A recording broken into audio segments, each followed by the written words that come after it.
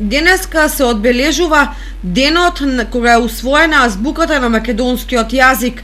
На денешен ден, односно на 5 мај во 1945 година, со решение на Народната влада на Федералната република Македонија е усвоена азбуката на македонскиот јазик, а по 2 месеца Министерството за просвета го озакони првиот правопис на македонскиот јазик. Развојот на денешната македонска азбука датира уште со појавата на глаголицата и потоа со замената на глаголицата со кирилица и со постепено развивање и усовршување на гласовно-графичкиот систем.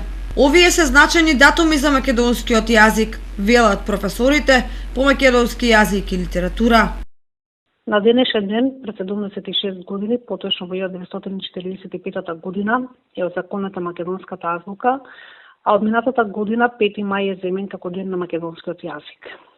Развојот на македонскиот јазик го следим уште од појавата на првите македонски зборови кои ги среќаваме во првите црковнословенски ракописи од 10 и 11 век, позасилено во ракописите од 16 век, за да веќе во 19 век имаме јасна свест за посебноста на македонскиот јазик.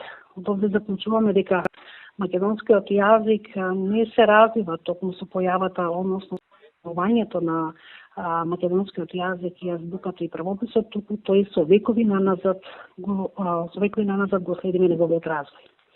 Во почетокот на 20 век, поточно со појавата на книгата за македонските работи од Крсте Петков Мисирков во 1903 година, ќе се видат темелите на македонскиот литературен јазик, врз чија основа веќе од 1944 година со прогласувањето на македонскиот јазик за јазик на македонскиот народ, официјален јазик на македонскиот народ, и во 1945 година со законувањето на азбуката и на правописот ќе се гради македонскиот литературен јазик.